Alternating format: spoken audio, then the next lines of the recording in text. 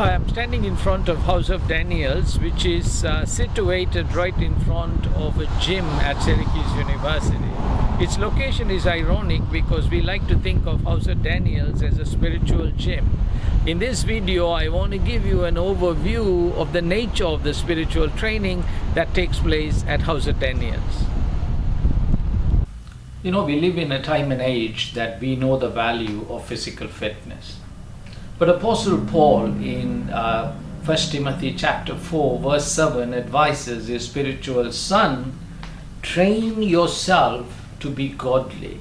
For physical training is of some value, but godliness has value for all things, holding promise for both the present life and the life to come. How fit are you spiritually? How fit am I spiritually? Picture someone going to a gym for 10 years, once or twice a week for a couple of hours, but he is not becoming physically fit. Won't we say there's something wrong in his training? Ironically, isn't that what many of us Christians are doing? We go to the spiritual gym called church every Sundays, and most of us even go for another meeting. But are we spiritually fit? Apostle Paul said, train yourself to be godly. Are we godly? Godly means godlike, Christ-like. So what I want to do in this video is to give you a little spiritual examination. I'm going to take this myself and also tell you how you can become more godlike. Godly spells G-O-D-L-Y. The G stands for giving.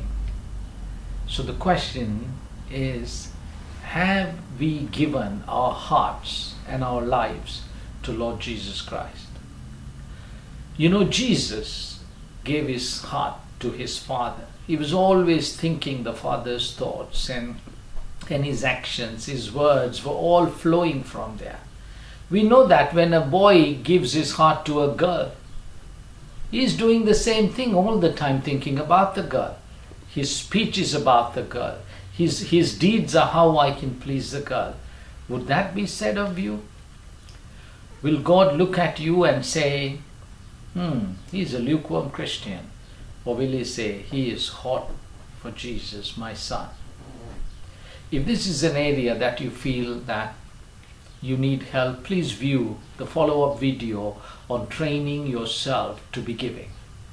Let's go to the second one of being Christ-like. G-O.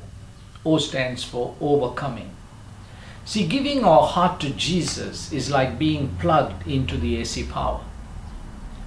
Once you are plugged in, the power of Christ will flow into our lives. And if the power is flowing, we will be overcomers of our problems. By the power of Christ, whether it is financial problem, whether it is relationship problem, whether it is emotional problem, whether it is some baggage that we brought in, some addictions that we have, we would see we will be overcomers. Will people say that about you and I? Or she is an overcomer, and the power of Christ is obviously flowing. If you need help with this, please view the follow-up video on training yourself to be an overcomer. Let's go to the third one, G-O-D. D for daring. See, if the power of Christ is flowing into our lives and we are overcoming our problems, very soon we would see people around us have a lot of problems. And we would say, wow, this same power doesn't have to just flow into me, it can flow through me to help others. So we would find ourselves daring to tackle others' problems. It could be my brothers and sisters in my biological family, or in my church family, or my friends, the place I work, or the community in which God has placed me. You would see that a Christ-like person, a God-like person, daring to tackle issues that others seem to lack the power to tackle. And if you need help with this, please view our video on training yourself to be daring. The fourth, G-O-D-L, is leading others to Christ.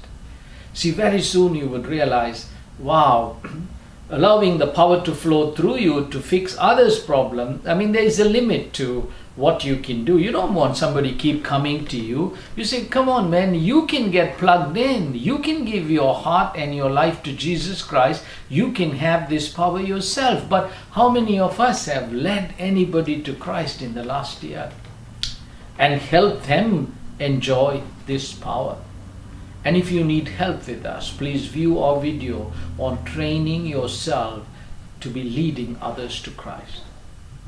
Then finally, Godly, yearning. You see that if you are really godlike, Christ-like, and you would see there is a person behind the power, you wouldn't just find happiness in receiving the power, you will find joy by being in the presence of the person of Jesus Christ.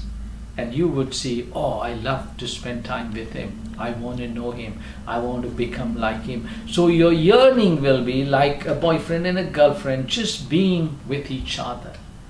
And it's an awesome place to be. Apostle Paul was there. So he said, for me to die is gain because I'll be in the presence of Christ. And I'm eager to depart and be in his presence. But if I'm living, I will live for Christ. And if you need training in that, please view our video on training yourself to be yearning. So can I encourage you? Train yourself to be godly. And if you need help, watch these videos and we hope they would be a blessing for you.